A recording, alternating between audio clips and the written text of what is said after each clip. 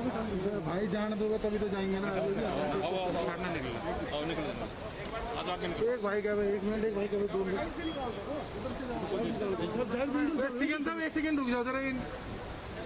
कैमरे वालों को तो आगे जाने दो यार, तुम्हारे तो छत्तीसगढ़ चंडीगढ़ सभी बने पड़ो। वहाँ से वहाँ चले जाएंगे और करेगा क्या?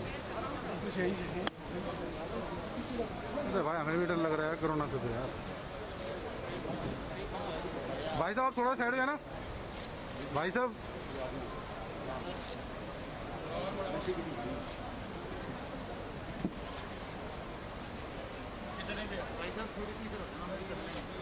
अरे भाई तुम्हारे साथ के तो करने ना धीरे यार।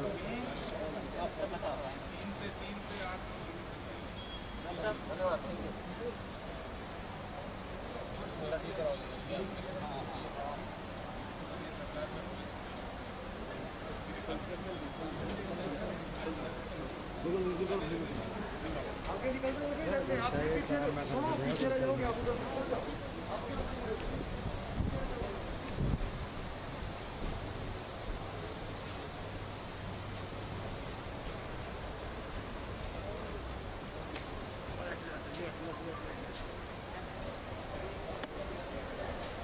अरे भाई थोड़ा पीछे पीछे हो जाओ यार।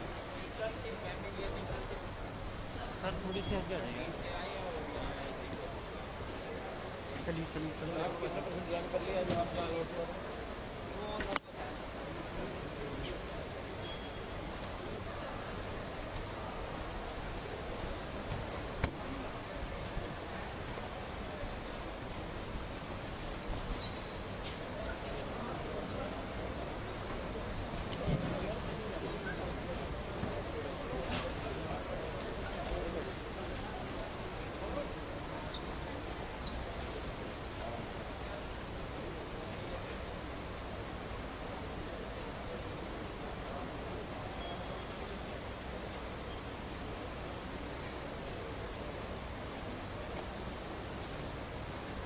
भाई सिर्फ मैंने क्राउड ही क्राउड दिखाया, वैन से दिखाओ अगेंस्ट ही चलवाने हैं। देखो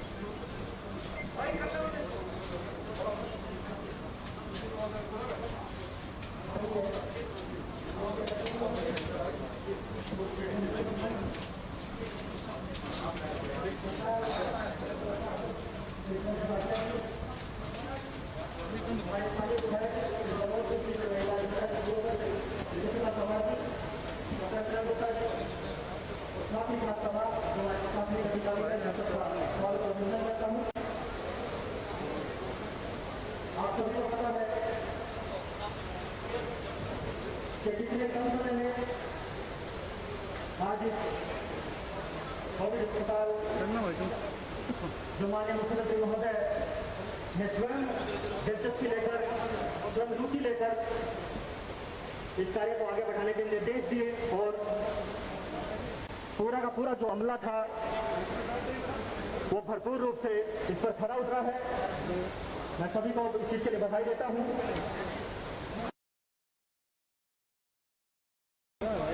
मैं कार्यक्रम को आगे बढ़ाते हुए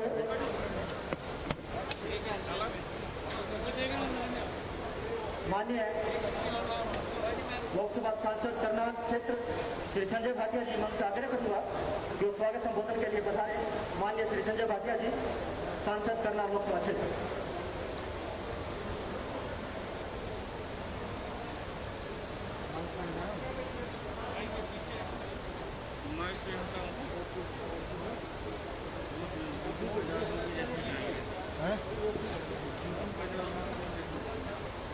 भारत माता की। आज इस कोविड हॉस्पिटल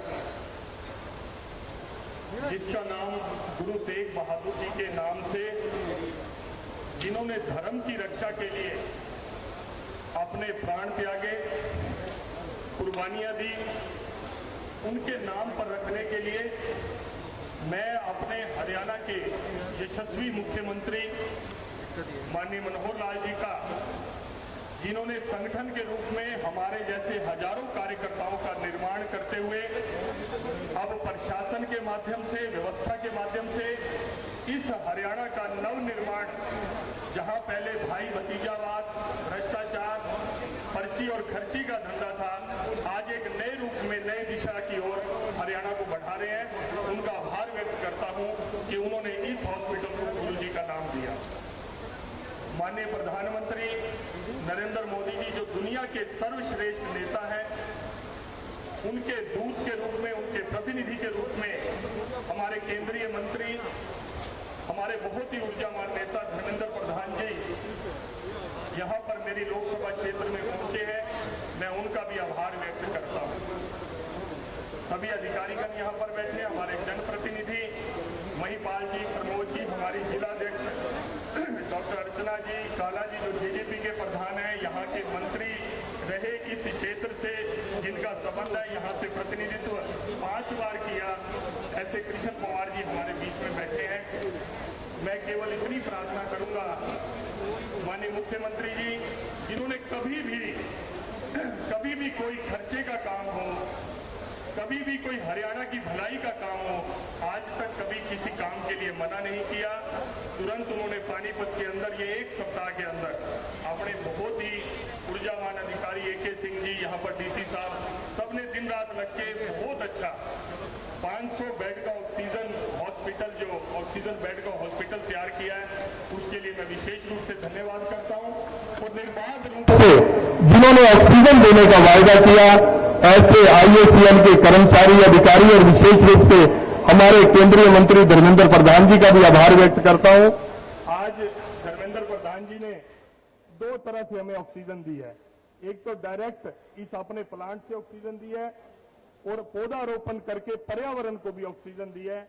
मैं हरियाणा वाली बात भी कहना चाहूंगा मंत्री जी, कि सीधी सीधी बात, जो आज आपने पौधारोपण करके इस हरा भरा बनाने का प्रदेश को जो शुरुआत की है, मैं चाहता हूं कि मेरी लोकसभा क्षेत्र में आपकी जो ये IOCL यहां पर मेरे ही क्षेत्र में है, यहां आप अपने अधिकारियों को डायरेक्शन देकर जाएं कि ये जो प्लांटेशन है, उनका सर्वाइवल प्लांटेशन, ट्री गार्ड, उस काम में रुकावट नहीं आनी चाहिए, लगातार लगना चाहिए। और मैं विशेष रूप से माननीय अनिल विज जी, जो बहुत ही स्पष्टवादी हैं, अपनी बात स्पष्टता से कहने वाले हैं, ऐसे माननीय हमारे प्रदेश के जो मंत्री हैं, उनका भी मैं स्वागत करता हूं। उन्होंने भी किसी काम के अंदर देरी 1 मिनट की नहीं लगाते। कभी भी हमारी तरफ से कोई भी पत्र व्यवहार होता है, कोई भी डिमांड जाती है, तुरंत फैसला करने वाले। कभी कल हम बैठक में ही थे VC में, तो एक मेडिसिन का फोन के ऊपर हमारे प्रदेश अध्यक्ष जी ने बात की, तुरंत ट्वीट करके इन्होंने डायरेक्शन दी। मैं आए हुए सभी अधिकारियों का, और मैं आभार व्यक्त एक बात का करना चाहूंगा कि आप हमेशा अच्छे कामों के लिए मेरे लोकसभा क्षेत्र को विशेष तरजीह देते हैं, क्योंकि इस लोकसभा क्षेत्र का प्रतिनिधित्व एक विधानसभा का माननीय मुख्यमंत्री जी स्वयं भी करते हैं। आपका बहुत बहुत आभार, धन्यवाद। धन्यवाद माननीय सांसद महोदय। सर, इसमें कोई दो राय नहीं, जैसा माननीय सांसद महोदय ने कहा है कि हमारे अधिकारियों ने, माननीय मुख्यमंत्री महोदय ने जब यहां पर विजिट की और डायरेक्शन दी, दिशा निर्देश दिए अधिकारियों को, और तय समय में इसको तैयार करने की जब ठानी, और आप ही के द्वारा माननीय श्री AK सिंह जी जो IAS हैं, नोडल अधिकारी हैं हमारे जिला के, और हमारे उपायुक्त महोदय, हमारे ADC साहब, तमाम हमारे प्रशासनिक अधिकारियों ने दिन रात काम कर इस काम को सिरे चढ़ाया है। बहुत बहुत आभार, बहुत बहुत अभिनंदन। कार्यक्रम को आगे बढ़ाते हुए मैं अनुरोध करूंगा माननीय श्री अनिल विज जी, प्रदेश के स्वास्थ्य मंत्री, उनसे मेरा आग्रह है कि वो आए और संबोधन के लिए पधारें। माननीय श्री अनिल विज जी।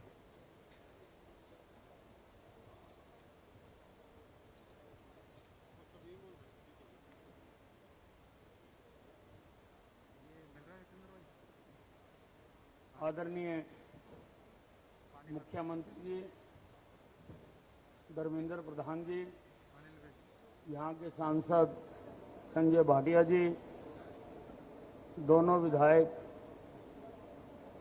और अन्य सभी अधिकारीगण, मानव जाति पर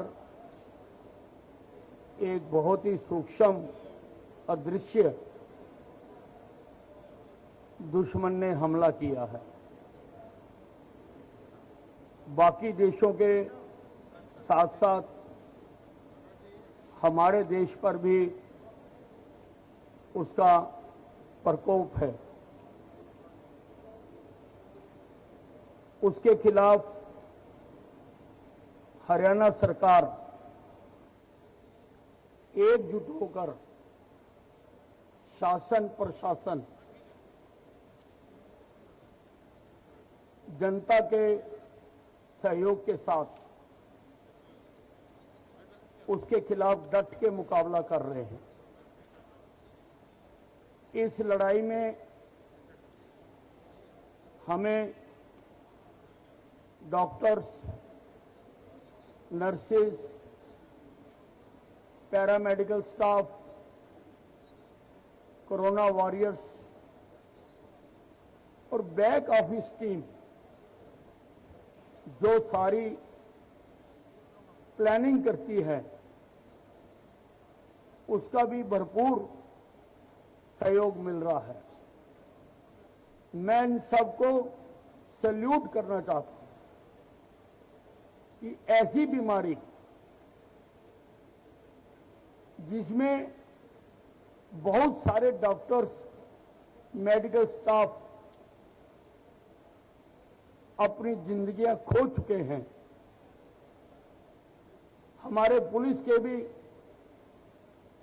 बहुत लोग अपनी जिंदगियां खो चुके हैं, अन्य वॉरियर भी जिंदगियां खो चुके हैं, लेकिन उसके बावजूद निर्भीक होकर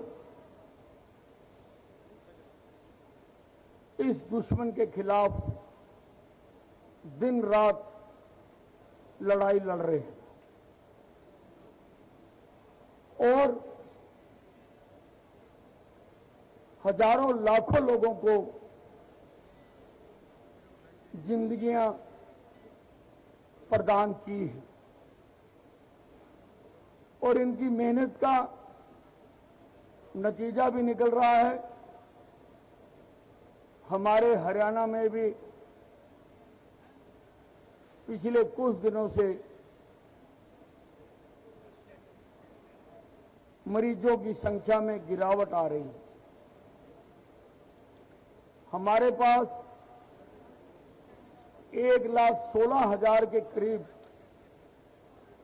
एक्टिव मरीज थे, जो अब घटकर 96,000 हो गए हैं। हमारा रोजाना नए मरीजों की संख्या 15,000 के पास थी, वह भी घटकर अब 9,600 पर आ गई। ये सबकी मेहनत का नतीजा है और जो हमने महामारी अलर्ट प्रदेश में सफलतापूर्वक लागू करवाया है ताकि इस संक्रमण को फैलने से रोका जा सके, ये उसका भी असर है। सारी सुविधाएं हरियाणा में मुहैया करा दी गई हैं। हमारे अस्पतालों में सफिशिएंट मात्रा में बेड्स हैं। हमारे पास सभी मेडिसिन्स हैं। हमारे पास ऑक्सीजन की पर्याप्त व्यवस्था है। हमारे पास वेंटिलेटर्स हैं। हमारे पास एक्सपर्ट डॉक्टर्स की टीम है जिनके द्वारा समय समय पर पीजीआई के सीनियर डॉक्टर्स के द्वारा समय समय पर प्रदेश के सभी डॉक्टरों का मार्गदर्शन किया जाता है कि इस बीमारी को किस ढंग से लड़ना है। आजकल ब्लैक फंगस का मामला बहुत सामने आ रहा है। हमने ब्लैक फंगस को नोटिफाइड डिजीज डिक्लेयर किया है। किसी भी डॉक्टर के पास, चाहे वो सरकारी है या प्राइवेट है, अगर उसके पास कोई ऐसा केस रिपोर्ट होता है तो उसके लिए मैंडेटरी है कि सिविल सर्जन को वो उसके बारे में बताए। इनके ट्रीटमेंट के बारे में भी हमने अपने सारे सरकारी मेडिकल कॉलेज में अलग से वार्ड बनाए हैं ताकि वहां पर प्रशिक्षित डॉक्टरों की देखरेख में इस ब्लैक फंगस का भी इलाज किया जा सके। आज यहां पर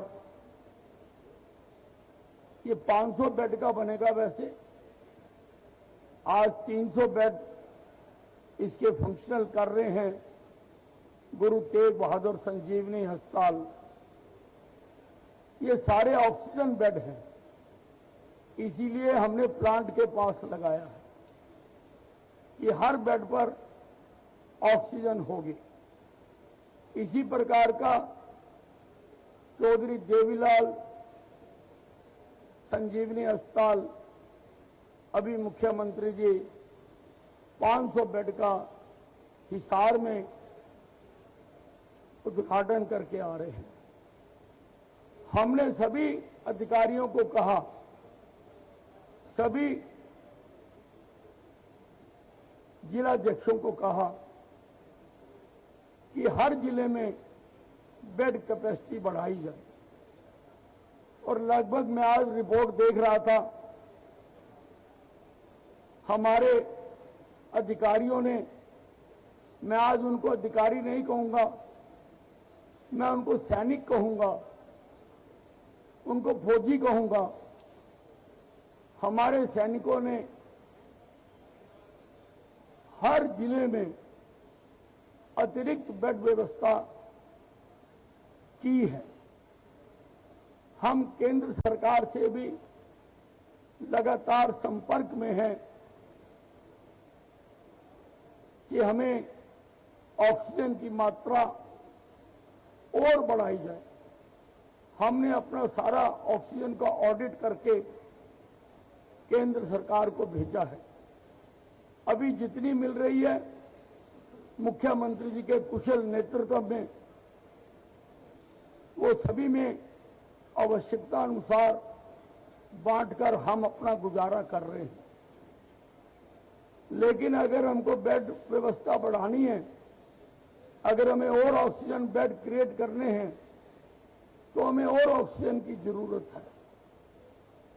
उसके लिए लगातार केंद्रीय नेताओं और अधिकारियों के साथ हम संपर्क में हैं।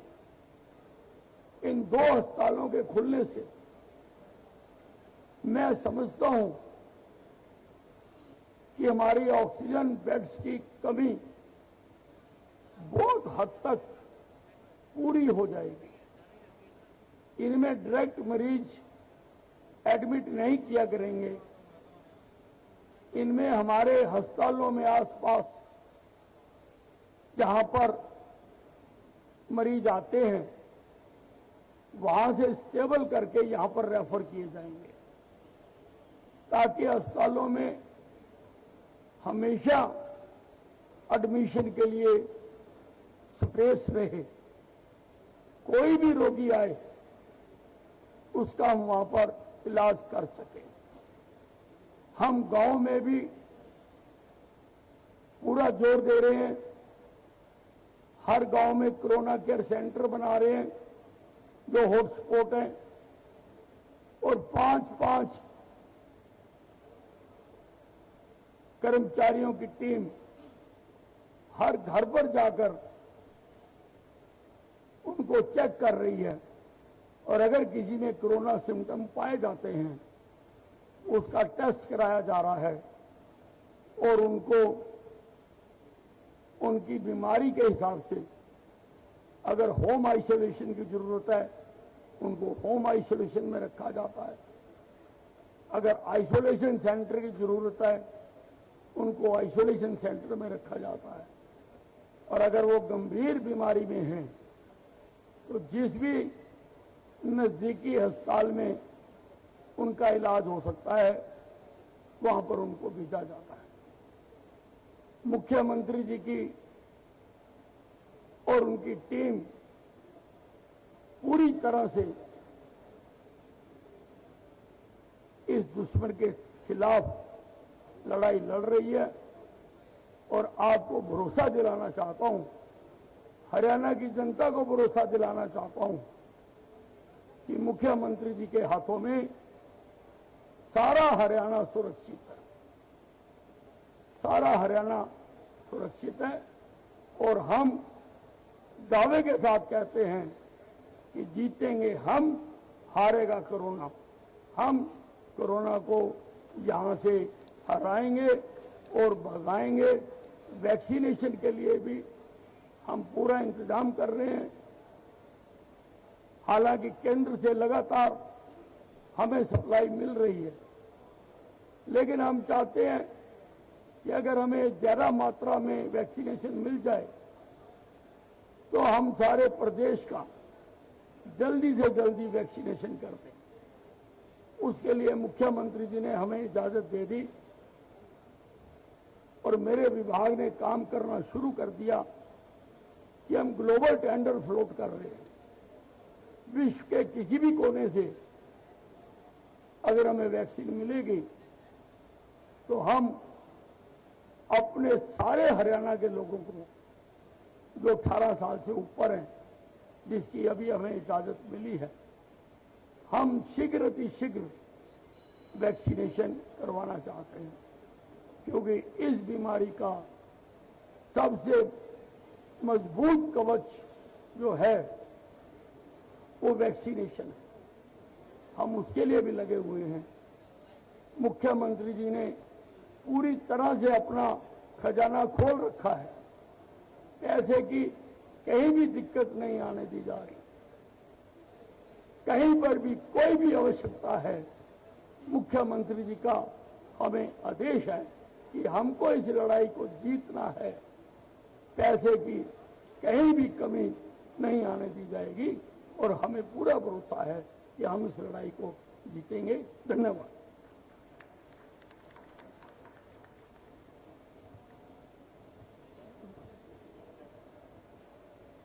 धन्यवाद माननीय श्री अनिल विज जी, स्वास्थ्य मंत्री हरियाणा। पूरा का पूरा खाका जो स्वास्थ्य विभाग का है, किस तरह से हमें मिलकर, हम सब ने मिलकर कोरोना की महामारी से पार पाना है, इसको जीतना है, इसको हराना है। तमाम मूल मंत्र आपके समक्ष रखे। आपका बहुत बहुत आभार। कार्यक्रम को आगे बढ़ाते हुए मैं अनुरोध करूंगा श्री धर्मेंद्र प्रधान जी, केंद्रीय पेट्रोलियम, प्राकृतिक गैस और स्टील मंत्री भारत सरकार, उनसे मेरा आग्रह रहेगा कि वो भी संबोधन के लिए पधारे। माननीय श्री धर्मेंद्र प्रधान जी।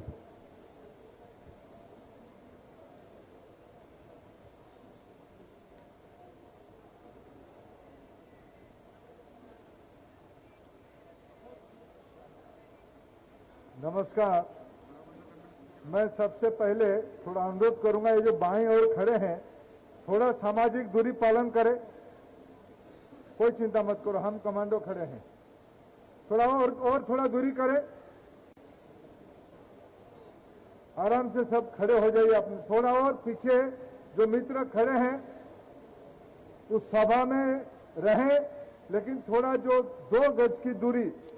पत्रकार मित्र, हो गया भाई फोटो, थोड़ा इधर भी थोड़ा कम करें। आज की कार्यक्रम में उपस्थित हरियाणा के यशस्वी मुख्यमंत्री माननीय मनोहर लाल जी, हरियाणा सरकार के स्वास्थ्य मंत्री आदरणीय अनिल विज जी, करनाल के लोकसभा के सदस्य, मेरे मित्र भाई संजय भाटिया जी, मुख्यमंत्री जी के प्रमुख सचिव माननीय देसी जी, विधायक मेरे मित्र महिपाल डांडा जी, विधायक मित्र प्रमोद बीज जी, पूर्व मंत्री आदरणीय कृष्ण पावर जी, जेजेपी के जिला अध्यक्ष आदरणीय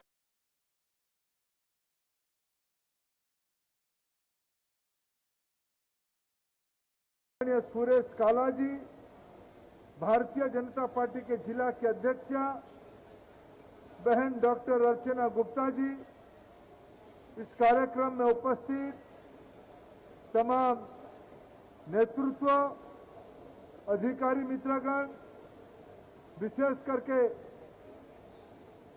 हरियाणा सरकार के हेल्थ डिपार्टमेंट के doctors, nurses, Indian oil corporation के चेयरमैन वैद्य जी तथा उनके तमाम टीम, मैं सभी को आज बधाई देता हूं, शुभेच्छा देता हूं। जब कोरोना की चपेट में दूसरी बार देश आई, इस बार ऑक्सीजन की कमी हुई। पिछले बार कोरोना के समय में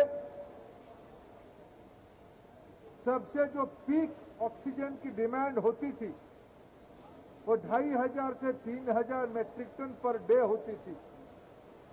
इस बार और हमारे देश में लिक्विड मेडिकल ऑक्सीजन की बनने की सहज क्षमता और खपत लगभग 1500 टन होती थी।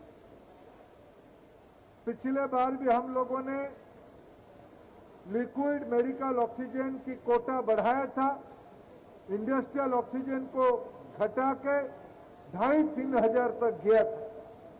लेकिन मित्रों, इस बार की स्थिति अलग हुई। आज देश में प्रतिदिन 10,000 metric tonne liquid medical oxygen की खपत होती है देश भर से, विशेष करके स्टील सेक्टर और पेट्रोलियम सेक्टर। जैसे हमारी इस पानीपत रिफाइनरी में 200 metric tonne liquid medical oxygen या इंडस्ट्रियल ऑक्सीजन बनता था, जिसकी कैपेसिटी को बदल के अभी 280 मैट्रिक टन तक ले गया है। ऐसे आज स्टील की उत्पादन, पेट्रोकेमिकल प्रोडक्ट की उत्पादन को घटा के देश और हरियाणा जैसे प्रदेश की स्वास्थ्य जरूरतों को ध्यान में रखते हुए आज हम सब राज्य सरकारें, भारत सरकार मिलकर हम लोग आज ऑक्सीजन की व्यवस्था कर रहे हैं। उसके बाद में मैं मानता हूं दिक्कत है, लोगों को तकलीफ है, कष्ट है, लेकिन मित्रों हम सभी लोग एक मन होकर इस काम पे जुटे हैं, जिसकी नतीजा एक इनोवेटिव तरीके से कुछ दिन पहले प्रधानमंत्री जी ने कहा ऑक्सीजन लिक्विड के अलावा गैसियस फॉर्म में भी रहता है। ये उस कारखाना में काम पे आता है जैसे हमारे यहाँ ऑक्सीजन प्लांट जो एयर लिक्विड विदेश की कंपनी बनाई है, ये पानीपत रिफाइनरी की आवश्यकता को ध्यान में रखते हुए 850 मैट्रिक टन की ये प्लांट है। उसमें से 600 मैट्रिक टन गैसियस था। ये गैसियस ऑक्सीजन फैक्ट्री के पास अगर ऐसे टेम्पररी हॉस्पिटल बन जाए, ये काम पे आ सकता था। मैं धन्यवाद देता हूं माननीय मनोहर लाल खट्टर जी को, हरियाणा की स्वास्थ्य मंत्री जी को, हरियाणा सरकार को। आज ये देश के गुजरात के बाद दूसरे नंबर के राज्य सरकार होंगे जिन्होंने प्लांट के पास, प्लांट बाउंड्री के पास ये 500 बेड की हॉस्पिटल बनाने का आज काम किया है। अभी अभी मुख्यमंत्री जी कह रहे थे हिसार जिंदल स्टील प्लांट के पास,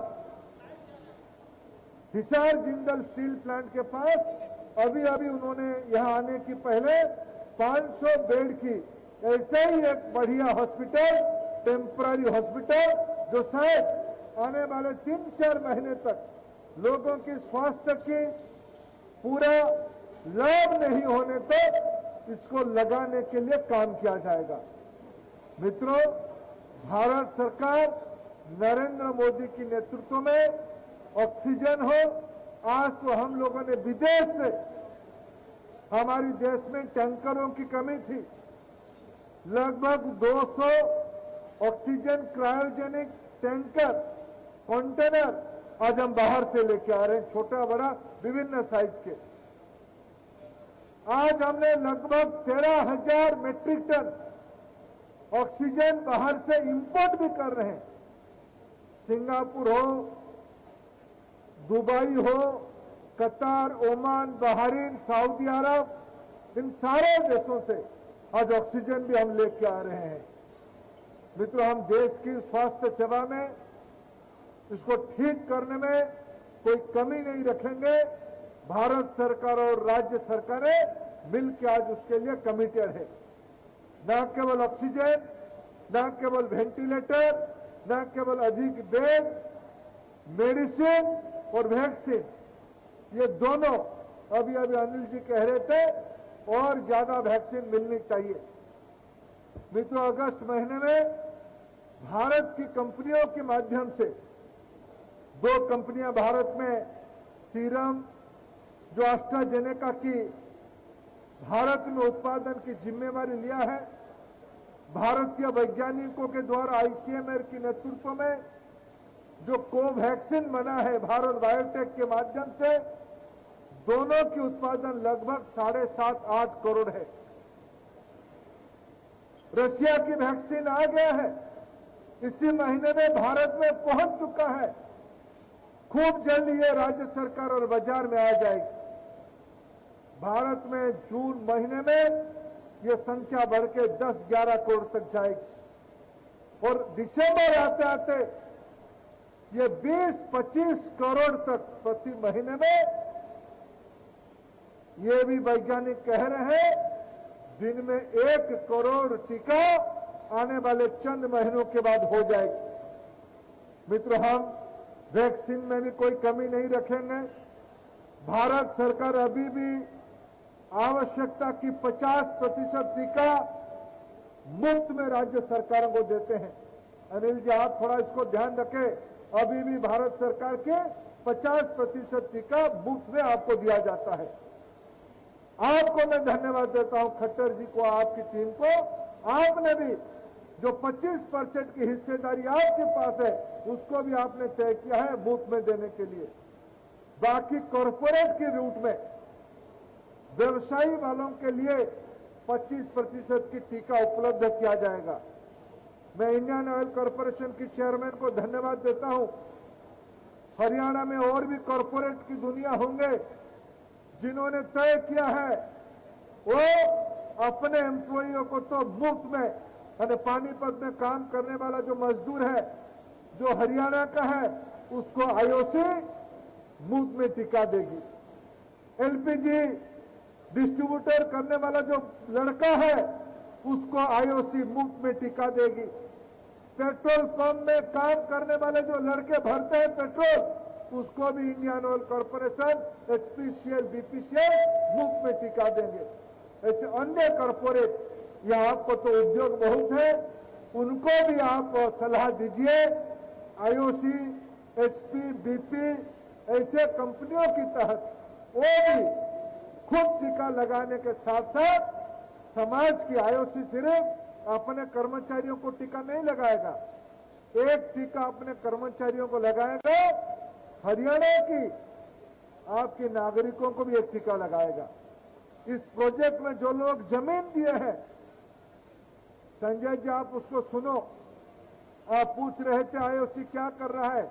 आईओसी यहाँ की गांव वालों के लिए भी टीका लगाने की जिम्मेवारी लेगी। हम सब मिलके टीकाकरण हरियाणा में 100% करेंगे, जल्द ही करेंगे। भारत की वैज्ञानिकों को ऊपर आप भरोसा रखिए। पानीपत रिफाइनरी हो, भारत सरकार हो, हम सब मिलकर हरियाणा सरकार के साथ इस अभियान को पूरा करेंगे।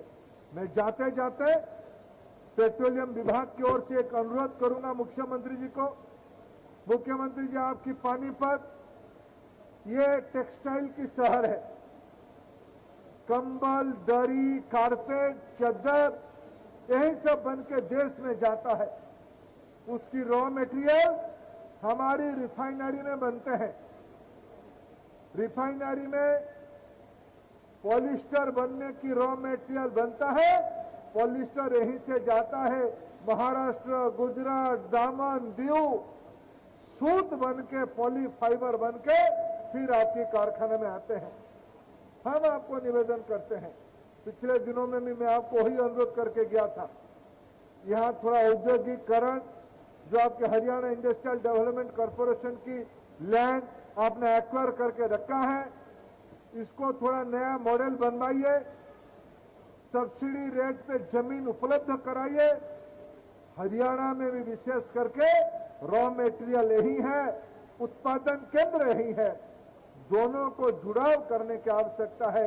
हरियाणा के लोगों के लिए, रोजगार के लिए, नए उद्यमियों के लिए ये बहुत बड़ा जिम्मेवारी आप और हम मिलकर लेना चाहिए। अंत में और एक सूचना देके जाता हूं। पिछले साल प्रधानमंत्री जी ने कहा था कामकाजी मजदूरों के लिए उद्योग जगत लो कॉस्ट लेकिन आधुनिक घर बनाइए। मेरे को आज आईओसी की चेयरमैन कह रहे थे जल्द ही ऐसे एक मॉडल क्लस्टर पानीपत में भी बनेगा। हम 100 करोड़ से ज्यादा रुपया खर्चा करके एक आदर्श लो कॉस्ट श्रमिकों के लिए कॉलोनी बनाएंगे, जिसमें बाहर से आए हुए मजदूर भी सम्मान के साथ यहां रहे। इसकी भी जिम्मेवारी हम लेंगे। आज के अवसर पे फिर मैं आप सभी को बधाई देता हूं, विशेष करके हरियाणा सरकार को बधाई देता हूं। उन्होंने देश में एक नया उदाहरण खड़ा किया, देश में एक मिसाल खड़ा किया। हरियाणा में आज से 1000 कोविड पेशेंट इस टेंट वाले, ऑक्सीजन वाले बेड पे रहेंगे, जल्द ही स्वास्थ्य लाभ करेंगे, वैक्सीन भी उनको लगेगा। बहुत बहुत धन्यवाद। नमस्कार।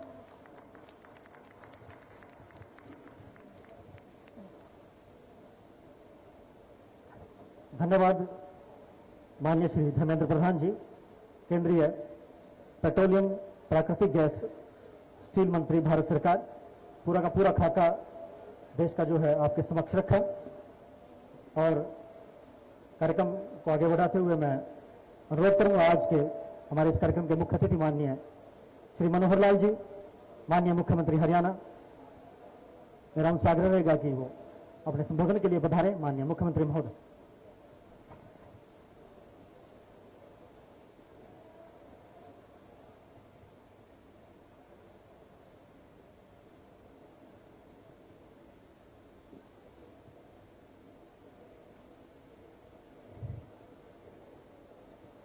माननीय पेट्रोलियम एवं प्राकृतिक गैस एवं इस्पात मंत्री श्री धर्मेंद्र प्रधान जी, हरियाणा के गृह एवं स्वास्थ्य मंत्री श्री अनिल विज जी, हमारे यहाँ के सांसद भाई संजय भाटिया जी, हमारे विधायक पानीपत से श्री महिपाल ढांडा जी, श्री प्रमोद विज जी, इस इलाके में कई बार चुनाव जीत चुके हमारे पूर्व मंत्री श्री कृष्ण पवार जी, भारतीय जनता पार्टी के जिला अध्यक्ष डॉक्टर अर्चना गुप्ता जी, जेजेपी के हमारे जिला अध्यक्ष भाई सुरेश काला जी, श्री डीएस ढेसी जी, श्री आलोक निगम जी, श्री ए.के. सिंह जी, उपस्थित हमारे सभी अन्य अधिकारीगण, उपस्थित सज्जन वृंद, पत्रकार छायाकार मित्रों, व सभी ऑनलाइन जुड़े हुए सभी हमारे बंधुगण और विशेष तौर पर हमारी बाल जाटान के यहाँ जो सरपंच और यानी पूर्व सरपंच और अन्य यहाँ के जो निवासी उपस्थित हैं, मैं इन सभी का अभिनंदन करता हूं। भाइयों बहनों, जैसा पूर्व वक्ताओं ने सब बताया है, कोरोना के संबंध में तो बहुत जानकारियां दे दी गई हैं, पूर्व में भी दी जाती रही हैं, आज भी जानकारियां दी गई हैं। इसमें विस्तार में आपको बताने की आवश्यकता नहीं है। इतना ही बताना चाहूंगा कि जब इसकी पहली लहर आई थी मार्च 2020 में, वो पहले हमारे लिए बहुत नया विषय था, नया अनुभव था। ऐसी महामारी कभी देखी नहीं थी, लेकिन उसकी गति इतनी तेज गति नहीं थी जितनी अब देखने को मिली है। उसका जो पीक था वो भी 6 महीने बाद अक्टूबर 2020 में हमको देखने को मिला, जब दैनिक कोविड पॉजिटिव आने वालों की संख्या मैक्सिमम 31 हो गई थी। लेकिन उसके मुकाबले अब ये जो दूसरी लहर है, मार्च में शुरू होकर के और मई, आज अभी 14, 15, 16 मई में यम है, हमने इसका पीक देखा है 1.5 महीने में ही।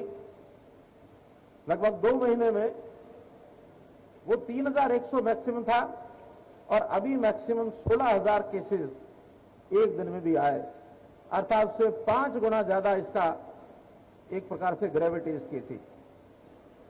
इस लहर के बारे में ऐसा सोचा नहीं था, लेकिन चूंकि पिछला अनुभव थोड़ा था, व्यवस्थाओं में हमने चाहे अस्पतालों की बात थी, बेड्स की बात थी, डॉक्टर्स की या पैरामेडिक स्टाफ, इन सब ने भी अपनी पूरी ताकत से मोर्चा संभाला। सारे कोरोना वॉरियर्स, फ्रंट लाइनर्स, इन सब लोगों ने अपना मोर्चा संभाला। हमें अगर इसमें सबसे बड़ी कठिनाई आई तो वो आई थी ऑक्सीजन सप्लाई की। अभी ऑक्सीजन सप्लाई इसका कोटा निर्धारित हुआ, शुरू में 152 मीट्रिक टन और अब बढ़ते बढ़ते 282 मीट्रिक टन हुआ है। लेकिन एक बहुत बड़ा खतरा था कि कहीं अगर ये चीज ज्यादा आगे बढ़ती है तो ऑक्सीजन की सप्लाई का संकट ही आएगा। तब इसमें से एक विचार हमारे प्राकृतिक गैस मंत्रालय, हमारे रेलवे मंत्री, इन लोगों ने हमको एक विचार दिया कि जहां जहां गैस के ऑक्सीजन का उत्पादन है, हम वहां अस्पताल बनाएं तो इस संकट में से उबर सकते हैं। तभी ये विचार आया महीना भर पहले, और मुझे ध्यान है कि 26 अप्रैल को मैं आया था और हमने पानीपत में और हिसार में, क्योंकि दोनों जगह गैस बनती है, दोनों जगह पर 500 बेड के अस्पताल बनाने का ये निर्णय किया था। मैं बधाई देता हूं हमारे पीडब्ल्यूडी डिपार्टमेंट, ग्राम विकास मंत्रालय, डीआरडीओ, हमारे आईओसी यहां पर, और हिसार में जिंदल स्टेनलेस इंडस्ट्री, और भी जितने विभाग लगाए गए उन सब विभागों ने मिल करके और इस प्रोजेक्ट को शॉर्टेस्ट टाइम में, यानी 26 अप्रैल आज 16 मई, मात्र 20 दिन के अंदर, 20 दिन में भी प्लानिंग में शुरू में 5-6 दिन निकल गए। बाल जाटान के लोगों का भी मैं आभारी हूं जिन्होंने हमको ये स्थान उपलब्ध कराया। हमारी बाल जाटान पंचायत ये बहुत सेंसिटिव है इस मामले में, क्योंकि इन्होंने पहली जब कोरोना की लहर आई थी उस समय मुख्यमंत्री कोरोना रिलीफ फंड की जब स्थापना की तो उस समय 10.5 करोड़ रुपए इस पंचायत ने हमको दिया, और अभी भी इस बार 1.5 करोड़ रुपया इसमें भी इन्होंने योगदान दिया है। तो मैं इस गांव का विशेष आभारी हूं। प्रारंभ में गांव के कुछ लोगों में एक असमंजस था कि हमारे गांव के निकट ये अस्पताल बनेगा, कहीं इसका प्रभाव गांव पर न पड़ जाए, लेकिन जब उनको समझाया गया, बताया गया कि प्रभाव तो बिना अस्पताल के भी अगर पड़ेगा तो हम क्या कर लेंगे, और ये प्रभाव अब क्योंकि ग्रामीण क्षेत्र के अंदर बहुत बढ़ता हुआ दिखाई दे रहा है, अगर अस्पताल बनता है तो उसका बल्कि लाभ हो जाएगा कि हमारे गांव के बहुत निकट एक अस्पताल होगा, अगर प्रभाव पड़ेगा तो इलाज जल्दी हो जाएगा। गांव के लोगों को ध्यान में आया, उन्होंने ये सारी 12 एकड़ जमीन हमको दी है। तो इसलिए ये अस्पताल जिस पर लगभग 28 करोड़ रुपए का खर्च आया है कम से कम समय में। हम ये चाइना में तो सुनते थे कि कोई बिल्डिंग खड़ी करनी है, उन्होंने 15 दिन में खड़ी कर दी, 20 दिन में खड़ी कर दी, 12 दिन में खड़ी कर दी। भले ये बिल्डिंग नहीं खड़ी की है, लेकिन फिर भी इतना बड़ा काम ये बिल्डिंग से कम नहीं है। सारी व्यवस्थाएं, फिर हमारे health department, medical education department, ESI के लोग, IMA के लोग, जिन्होंने भी हमारा जो मेडिकल कॉलेज है यहाँ इसराना में, क्या नाम, NC मेडिकल कॉलेज, उन्होंने अपना स्टाफ ये हमको दिया है। तो ये सारी व्यवस्थाएं सामूहिक रूप से एक ऐसा विषय जो पहले सोचा कभी नहीं था, इतना जल्दी तैयार हुआ, आज इसका हम उद्घाटन यहाँ कर रहे हैं। 500 बेड का ये बनना है, 300 बेड का आज तैयार हो चुका है, साथ ही 200 बेड का और लगातार तैयार हो जाएगा। आज ही किसी प्रकार का अस्पताल मैं हिसार में उद्घाटन करके आया हूं, वो भी 500 बेड का अस्पताल है, वो भी चालू हो चुका है। तो 1000 बेड की ये व्यवस्था, और अभी सायंकाल 2 छोटे अस्पताल गुड़गांव के अंदर भी उनका उद्घाटन करना है। एक ही दिन में 1400 बेड की बढ़ोतरी। अभी तक जो हमारी जो ऑक्सीजन बेड्स, यानी ICU बेड्स, वेंटिलेटर्स, ये सब कुल मिलाकर के हमारे 17,500 बेड्स अभी तक उपलब्ध थे, जिनका 13,000-14,000 बीच में प्रतिदिन उपयोग होता था। आज से 1500 और बढ़कर के 19,000 बेड्स हो जाएंगे, और ये बेड्स लगातार बढ़ते रहेंगे। अब बहुत संस्थाएं भी आगे आई हैं, हमारा सरकारी जितना स्ट्रक्चर है उसको भी हम बढ़ाएंगे, तो इन बेड्स को बढ़ाते चले जाएंगे। जहां तक आइसोलेशन वार्ड्स की बात है, कोविड केयर सेंटर्स की बात है, 45,000 बेड्स हमारे इसके अलावा भी हमने तैयार किए हुए हैं। जहां किसी प्रकार का आइसोलेशन केंद्र जो बनेंगे, कोविड सहायता केंद्र जो बनेंगे, ऐसी जगह पर 45,000 बेड्स भी हैं। इंफ्रास्ट्रक्चर की कोई कमी नहीं है। हम लोग इस दूसरी वेव में, मैं समझता हूं इसका जो डाउनफॉल है वो शुरू हो गया है। आशा करता हूं कि यहीं पर ये रुक जाए, लेकिन भरोसा नहीं है। कुछ विशेषज्ञ अब तीसरी वेव की बात भी करने लग गए हैं। तीसरी वेव आए कि नहीं आए कुछ नहीं कह सकते, लेकिन हम तो तैयारी करनी है। इसलिए कहावत है कि hope for the best and be prepared for the worst also. हम अच्छी की उम्मीद करेंगे, लेकिन अगर कोई बात ऐसी, अगर कोई अनहोनी होती है, खराब होती है, तो उसकी तैयारी की हमको करनी है। और इस करने में इस महामारी के साथ डट करके मुकाबला करना, इसका साहस भी हम सबको बना करके रखना है। न केवल सरकारी अधिकारियों को, न केवल हमारे डिपार्टमेंट्स को, न केवल ब्यूरो को, न केवल हमारे नेताओं को, बल्कि जनता को भी मनोबल बना के रखना है। क्योंकि ये लड़ाई ऐसी लड़ाई है जो सबके लिए एक संकट है, सबको मुकाबला करना है, मानवता के खिलाफ एक लड़ाई लड़ी जानी है। तो इसलिए मित्रों, हम इन तैयारियों में आगे एकदम ब्लैंक है, कुछ पता नहीं है। ठीक हो जाए तो महीने में, 2 महीने में ये बीमारी बाहर हो सकती है, न हो तो भारी संकट भी आ सकता है। अभी 3 दिन से 4 दिन से एक और नई बीमारी इसके साथ जुड़ करके आई है, ब्लैक फंगस। अब ये ब्लैक फंगस के केसेस बढ़ने शुरू हो गए हैं। कल हमको रिपोर्ट मिली कि हरियाणा में अभी 60 ब्लैक फंगस के केस आए हैं, लेकिन वो भी ऐसी छुआछूत की बीमारी है, और ऐसा कह रहे हैं कि स्टेरॉइड्स का अधिक उपयोग करने का बीमारी शुरू होती है। ऐसे हमारे डॉक्टर एम्स के डॉक्टर गुलेरा जी का कल का स्टेटमेंट है कि 8-10 दिन से ज्यादा स्टेरॉइड्स नहीं लेने चाहिए। अब ये मेडिकल विज्ञान है, हमको इसका पता नहीं है, लेकिन फिर भी जो डॉक्टर्स हमको परामर्श देते हैं उसके हिसाब से हमको चलना होगा, और उस हिसाब से इन सब चीजों से सावधान रहना है। जहां तक ब्लैक फंगस की बात है, हमने 4 सेंटर इसके लिए सुझाए हैं अपने हेल्थ डिपार्टमेंट को। 4 मेडिकल कॉलेज, उसके अंदर एक अग्रवा मेडिकल कॉलेज होगा, एक कल्पना चावला मेडिकल कॉलेज होगा, एक PGI रोहतक होगा, और एक SGT मेडिकल कॉलेज गुड़गांव होगा। और आवश्यकता पड़ेगी तो और स्थानों पर भी, क्योंकि इसके लिए उसी प्रकार के फिजिशियंस, उसी प्रकार के जो डॉक्टर जो चाहिए, तो उन सारे डॉक्टर्स की अच्छी व्यवस्था वहां बने तो इस बीमारी से भी हम मुकाबला कर लेंगे। विस्तार से हमारे स्वास्थ्य मंत्री जी ने सब बताया है, हमारे धर्मेंद्र प्रधान जी ने हमारे सामने बहुत से विषय रखे हैं। उन विषयों पर आगे जाने की मैं आवश्यकता समझता नहीं हूं। आज तो इस अवसर पर, इस हॉस्पिटल का एक उद्घाटन अवसर पर मैं आप लोगों को शुभकामना भी दूंगा। यहाँ के जितने डॉक्टर्स हैं, जितने यहाँ स्टाफ के लोग लगे हैं, जो मुझे बताया गया है लगभग 325 ऐसे लोग हैं जिनको यहाँ भेजने के लिए और जिनकी ड्यूटी लगाई गई है। काफी लोगों ने ज्वाइन कर लिया है और भी लोग ज्वाइन करेंगे। अब ये जो हॉस्पिटल है, एक बात और भी, इसका नाम हमने गुरु तेग बहादुर जी के नाम से रखा है। गुरु तेग बहादुर जी का हमको मालूम है कि ये 400वां प्रकाश पर्व ये चल रहा है। उनका 400वां साला ये जन्म शताब्दी उनकी चल रही है। उनको समर्पित ये अस्पताल इसलिए कि वो बलिदान के प्रतीक हैं। उन्होंने समाज की रक्षा सुरक्षा के लिए अपने जीवन को भी बलिदान किया। एक बहुत बड़ी प्रेरणा मिलती है कि हम अपने साथियों के, अपने समाज के, अपने लोगों की, उनके बचाव के लिए जितना त्याग और समर्पण बलिदान देने की जरूरत पड़ती है वो देने में कभी पीछे नहीं रहना चाहिए। प्रभु के हाथ में ये सब लीला है, किसको उसको आगे चलाना है, किसको आगे नहीं चलाना है, लेकिन हम सबको एक ध्यान रखना इस बात का कि हम सबके सहयोगी बनेंगे। सबके जीवन की सुरक्षा ये हो, उसमें हमारे जीवन की सुरक्षा भी अपने आप उसकी नींव पड़ेगी।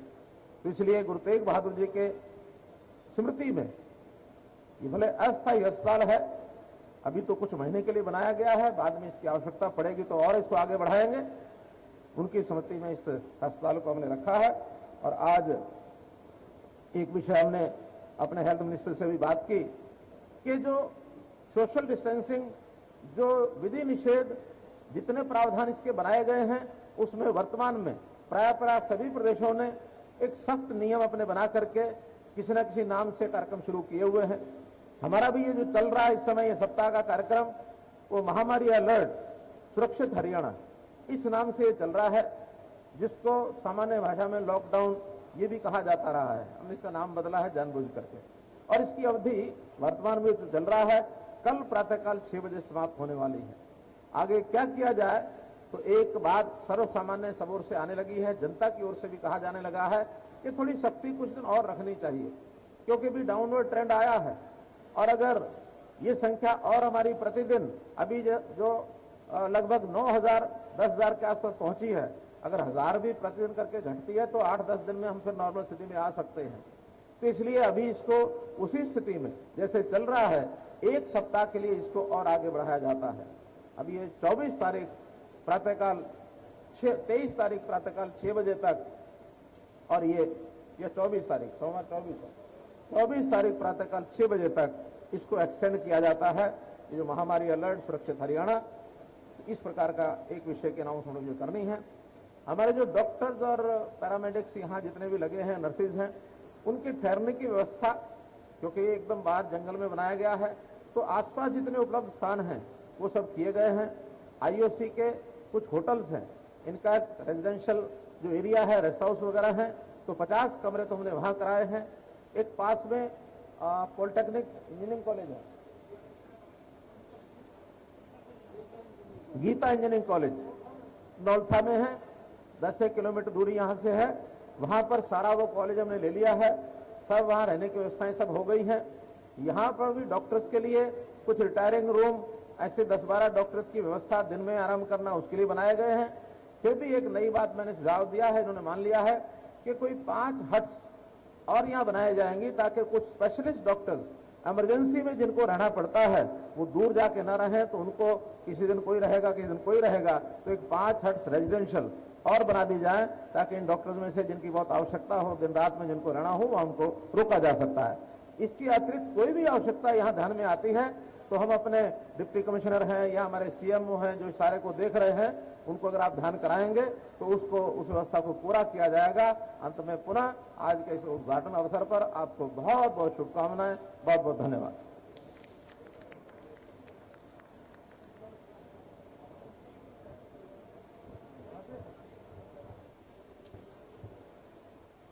धन्यवाद माननीय मुख्यमंत्री महोदय। निसंदेह सर, इसमें कोई दो राय नहीं, आपके और माननीय स्वास्थ्य मंत्री के आशीर्वाद से आपने जो अपेक्षा की है प्रदेशवासियों से, स्वास्थ्य की अच्छे स्वास्थ्य की कामना की है, तो हम बहुत जल्द सुनहरे सपने देखेंगे और सुखद दिन हमारे वापस आएंगे। आपका बहुत बहुत आभार। कार्यक्रम को आगे बढ़ाते हुए मैं अनुरोध करूंगा हमारे स्थानीय विधायक पानीपत शहरी विधानसभा से श्री प्रमोद विज जी दुआएं और धन्यवाद के लिए पधारे। माननीय श्री प्रमोद जी।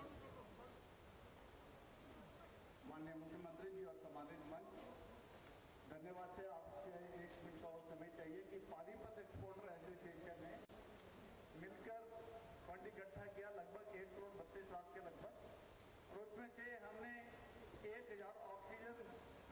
सिलेंडर मंगवा लिए हैं जो कल डिलीवर करेंगे आपके माध्यम से, मन के माध्यम से जहां भी आप कहेंगे कल वो पहुंचा दिए जाएंगे। तो एक्सपोर्टर एसोसिएशन के हमारे 2 मेंबर सुरेश साहल जी और आशीष विज मेरा बेटा आए हुए हैं, आपको एक एज ए टोकन प्रेजेंट करना चाहेंगे। आशीष विज बेटा लेके आइए, सुरेश साहल जी।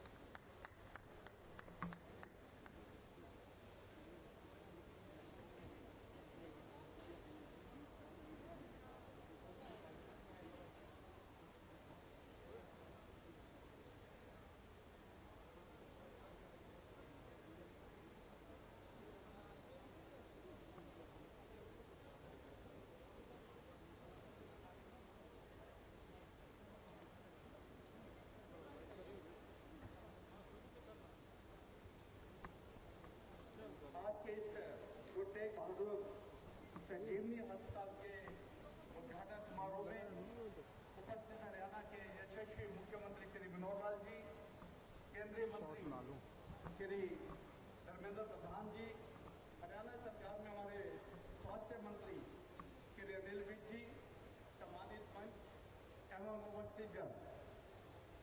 कोरोना काल का जो समय चल रहा है कभी देखा नहीं था, सुना नहीं था किसी ने, और इसको किस तरह से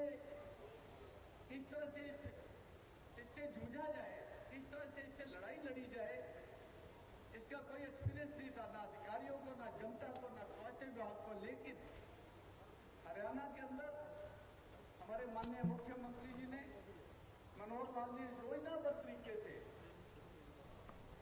इस चुनौती का सामना कर रहे हैं, जिसमें सभी अधिकारियों का योगदान है, उच्च अधिकारियों का योगदान है, और साथ ही साथ केंद्रीय हमारी सरकार माननीय नरेंद्र मोदी जी के नेतृत्व में जिस तरह से सभी साधन जुटाए जा रहे हैं।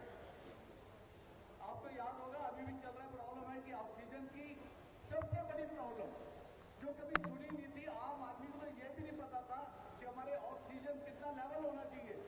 आज एक बच्चे को इस लेवल का पता है, और इसकी योजनाबद्ध तरीके से जिस तरह से बहुत कम समय के अंदर पूरे राष्ट्र लेवल पे, प्रदेश लेवल पे माननीय मुख्यमंत्री जी ने, माननीय अनिल विज जी ने योजनाबद्ध तरीके से जिस तरह से इसका इंतजाम किया है, उसके लिए मैं आपको बहुत बहुत धन्यवाद देता हूं। कुछ दिन कष्ट करे, लेकिन उसके बाद आज ऑक्सीजन की कोई कमी नहीं है। हर एक जिले में, हर एक हॉस्पिटल को पूरी ऑक्सीजन दी जा रही है। बेड की प्रॉब्लम थी, क्योंकि बीमारी ही इतनी बड़ी है, लेकिन उसका भी पूरा प्रबंध किया गया। और उसी कड़ी के अंदर आज का ये जो अस्पताल है गुरु तेग बहादुर जी संजीवनी अस्पताल, उनका नाम लेने से ही संजीवनी मिल जाती है, आदमी वैसे ही ठीक हो जाता है। तो मैं लेडीज ने बोला कि दिखाओ, मैंने उसे पीआई भी दिया, उसने ये पढ़ा, अब वापिस दे दिया। ठीक है सर। इस मौके पे ये समाज को 500 बेड का हॉस्पिटल दिया है। मैम ने ये पूछा ना वो पूछा, आज तक मैंने बोल दिया मैं एनआईसी हूँ, तो उसने देख लिया। बैठे हुए हैं, सभी उच्च अधिकारी सीएम ऑफिस से सभी अधिकारी यहाँ पे हैं, और पानीपत के सभी अधिकारीगण जो हमारे डीसी साहब धर्मेंद्र जी उनके नेतृत्व में बहुत ज्यादा उन्होंने काम करके इसको समयबद्ध तरीके से पूरा किया है। उसके लिए मैं आपका पानी रंग नहीं है, प्यास लग रही है। मीडिया का बहुत बहुत धन्यवाद है जो आप सब लोग आए हुए हैं और जो आप इंतजाम देख रहे हैं। अद्भुत है ये, माननीय मुख्यमंत्री जी 26 तारीख को यहाँ आए थे और आज